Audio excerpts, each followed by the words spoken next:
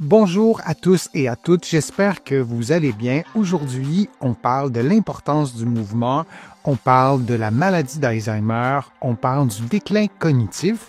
Vous le savez, les conseils que je vous donne aujourd'hui ne remplacent pas ceux d'un professionnel de la santé. Vous allez trouver beaucoup d'informations dans mon livre « Plus jamais malade, mon approche globale pour un corps en santé » et on fera des allusions à mon nouveau roman « Corps étranger » publié aux éditions Stankey. Que faire pour soulager la douleur chez une personne atteinte d'Alzheimer si elle ne peut pas s'exprimer? Les personnes qui ont des altérations cognitives importantes.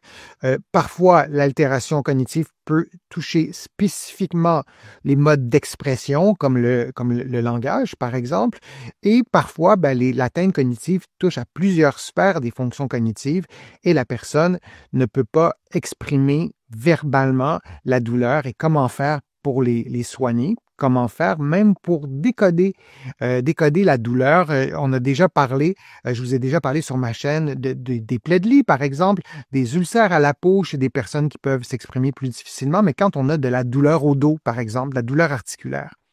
Chez une personne atteinte d'Alzheimer ou d'une autre maladie qui altère les fonctions cognitives, la douleur chronique passe souvent inaperçue à cause des troubles de communication et des altérations sensorielles. Il peut y avoir aussi une altération sensorielle au niveau de la peau pour différentes raisons. Il peut y avoir aussi une difficulté d'interprétation de ce que la personne sent et de le traduire en termes de douleur. Et il peut y avoir aussi une difficulté d'expression, de communication. C'est important de s'en souvenir et pour avoir travaillé souvent dans des centres d'hébergement, dans des CHSLD, dans des EHPAD. En fait, j'ai pas travaillé dans des EHPAD, mais l'équivalent des EHPAD en France, et il y a d'autres termes pour décrire ces centres d'hébergement.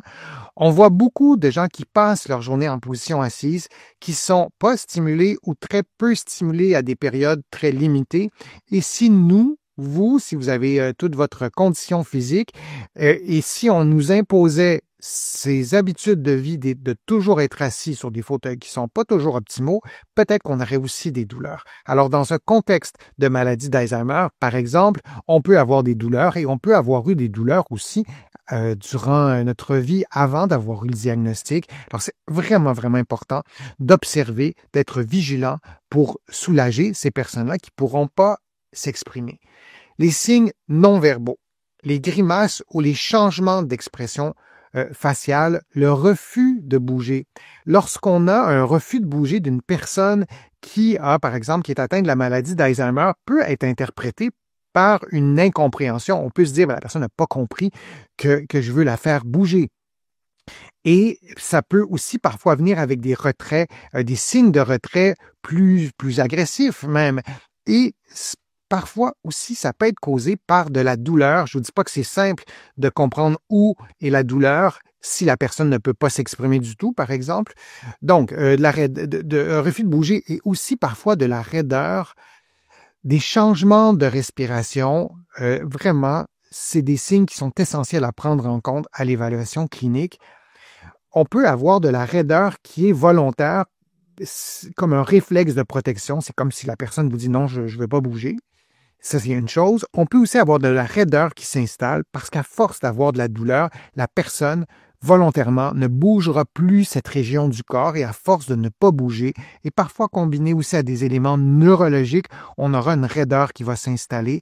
Alors, ça peut être aussi une piste et le changement de respiration, de l'amplitude respiratoire, de la fréquence respiratoire aussi. C'est une des pistes qu'on peut avoir avec les autres items que je viens de vous présenter. Et il y en a d'autres, mais c'est les principales. La douleur persistante stimule les voies nociceptives, les voies, les nerfs, si vous voulez, qui transportent l'influx nerveux, qui participent au message de la douleur qui est envoyé au cerveau, mais aussi au message qui part du cerveau, qui va par exemple vers les muscles pour dire au corps, là, tu bouges plus parce qu'il y a une douleur qui est là. Donc, ces voies nociceptives qui sont dans les deux directions, vers le cerveau et ensuite vers les muscles, tout ça peut accroître aussi le tonus musculaire, causant la raideur, comme je vous l'expliquais, et une perte de mobilité. Mon protagoniste dans mon roman Corps étranger explique aux aux enfants de Madeleine qui est atteinte de la maladie d'Alzheimer que ces résistances involontaires sont causées par une altération des connexions motrices typiques de la maladie et non par un refus conscient. Parfois, on va associer ça, on va tenter avec toute notre bienveillance d'interpréter le refus de bouger, mais parfois c'est la douleur qui fera en sorte que la personne ne voudra pas bouger et parfois ce n'est pas si conscient, parfois ça sera même des mécanismes presque réflexes, des réactions de protection. Un suivi régulier des soins adaptés soulage la douleur tout en préservant une activité physique sécuritaire. Comment on peut soulager la douleur? Et là, si on parle d'une douleur musculo-squelettique, et parfois c'est difficile à savoir si c'est une douleur musculo-squelettique ou si c'est une douleur au viscère, si la personne semble avoir une douleur abdominale, est-ce que c'est lié à ses côtes qui font mal? Est-ce que c'est lié au dos qui est derrière ou il y a quelque chose dans l'abdomen? Donc, on en parle aux médecins, on en parle à l'équipe soignante, on en parle aux physios ici au Québec, au kiné en France.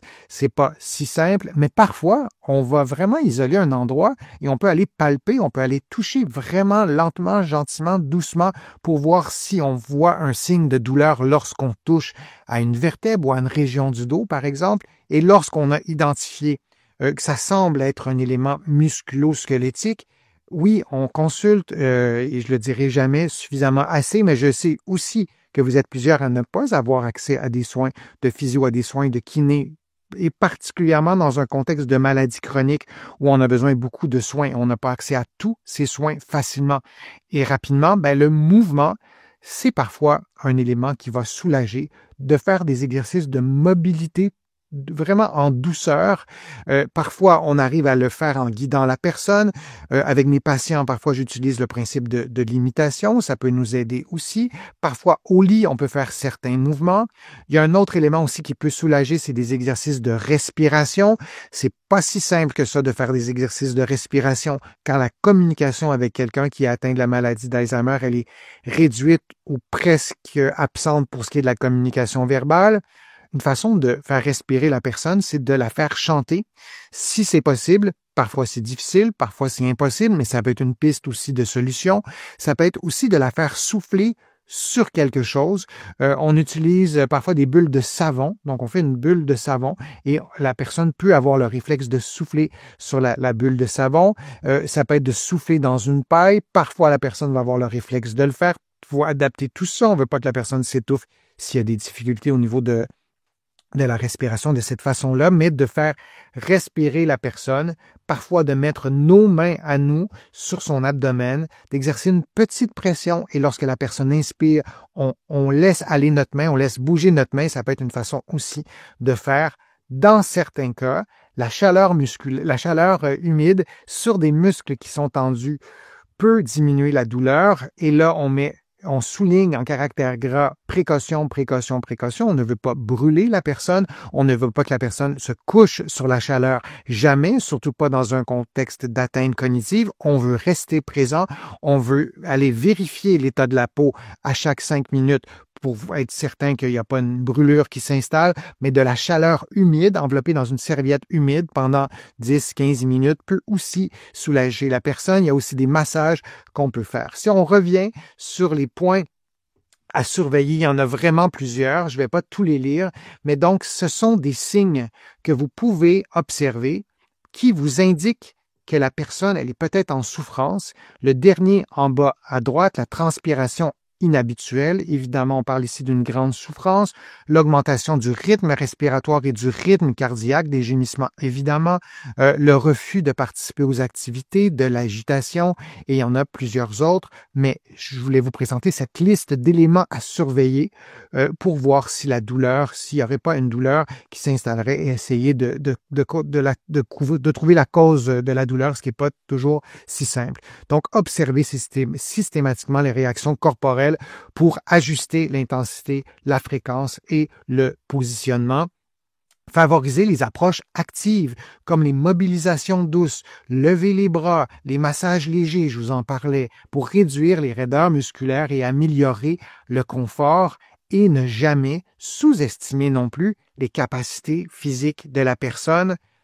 Parfois, la personne va sembler très limitée dans ses mouvements et avec certains aides, certains trucs qu'on peut prendre, notamment la musique, mais on peut peut-être lui permettre de bouger elle-même ses bras dans certaines directions, peut-être ses jambes, peut-être ses mains, et le mouvement dans un contexte de maladie d'Alzheimer ou dans un contexte où on est de moins en moins mobile pour des raisons de santé, le mouvement est souvent une clé pour le soulagement. Encore faut-il avoir bien identifié la douleur. Et ça, je vous le répète, vous en parlez aux soignants qui accompagnent la personne ou qui vous accompagnent pour vraiment bien comprendre d'où vient la douleur de la personne ou votre douleur. On parlait de mouvement en position assise. Aider la personne à étendre le genou, par exemple, jusqu'à un léger allongement de l'arrière de la cuisse. Vous maintenez la position 10 à 15 secondes, puis vous répétez de 3 à 5 fois. Vous faites ça évidemment des deux côtés. C'est pas une panacée, ça peut sembler simpliste, mais imaginez vous assis toute la journée dans un fauteuil qui est peut-être pas toujours super confortable, peut-être qu'il y a des douleurs qui s'installeraient aussi. Donc, de lever le pied, de descendre le pied, on peut accompagner la personne, on fait tout ça en respectant ses limites à elle, idéalement en étant conseillé par des professionnels de la réadaptation, mais c'est un exercice tout simple, je vous le montre, parce que parfois on n'y pense pas. Lorsqu'on prend soin d'un de nos proches qui a un problème de santé, on a beaucoup de choses sur les épaules et parfois il y a des choses toutes simples qu'on pourrait faire. Et moi, j'ai des patients qui m'ont dit, j'ai jamais pensé à ça, avoir su, je l'aurais fait. Mais là, maintenant, vous le savez, c'est facile à mémoriser et vous pourrez le faire avec la personne que vous accompagnez. Un mouvement simple aussi des bras, l'exercice de la prière, on place les mains comme ça et on lève les mains, on lève les poignets, on lève les avant-bras, de miser sur des gestes que la personne faisait avant. Là, je vous montre l'exercice de la prière. Si la personne faisait du tricot avant, peut-être lui faire du tricot, voir ce qu'elle va se souvenir. Peut-être qu'elle ne pourra pas faire le tricot elle-même, mais peut-être qu'elle fera d'autres mouvements parce que c'est quelque chose qu'elle connaît. Si la personne écrivait, lisait, pratiquait tel sport, peu importe les activités que cette personne aimait, les activités signifiantes pour elle, ça peut être une piste aussi d'aller rechercher des mouvements, rechercher ces activités qu'elle aimait pour faire des mouvements, pour la faire bouger, pour peut-être réduire la douleur. Donc, c'est pas une panacée, j'en conviens, mais c'est des pistes de réflexion pour pouvoir soulager une personne qui est souffrante, qui a la maladie d'Alzheimer ou qui a des troubles de communication qui sont évolutifs. Ça peut être très insécurisant, ça peut être très anxiogène aussi pour une personne qui souffre et qui ne peut pas le dire et que vous soyez à l'écoute, déjà, ça peut peut-être aider à diminuer le niveau d'anxiété, peut-être qu'elle dormira mieux, peut-être qu'elle sera peut-être moins souffrante et on peut aller évidemment un peu plus loin. On veut comprendre la cause de la douleur. Si c'est musculo-squelettique, je vous ai donné quelques pistes de réflexion et si ce ne l'est pas, mais on doit s'intéresser au problème, essayer de trouver et de le traiter. Je vous remercie d'avoir été là. Je vous remercie d'avoir participé. Je vous remercie de vos questions que vous me posez dans les fils de discussion. Je lis toutes vos questions. Je m'en inspire pour vous présenter de nouveaux contenus. Vous allez trouver plusieurs informations aussi sur mon site web, le www.denisfortier.ca. Il y a l'infolettre, vous pouvez vous abonner gratuitement et il y a d'autres informations aussi dans mes livres que vous allez pouvoir trouver ici au Canada, mais aussi de l'autre côté de l'Atlantique, notamment mon plus récent roman Corps étranger, et aussi mon livre Plus jamais malade. Et il y en a d'autres, il y a des livres thématiques sur la marche, sur le vieillissement, et d'autres que vous connaissez peut-être déjà aussi. Donc, merci encore une fois d'avoir été là. Merci de votre fidélité et merci aussi de vos contributions. Sans elles, vous savez, je ne pourrais pas vous présenter autant de nouveaux contenus. Je suis Denis Fortier. Je vous dis à une prochaine vidéo, à une prochaine fois. À bientôt.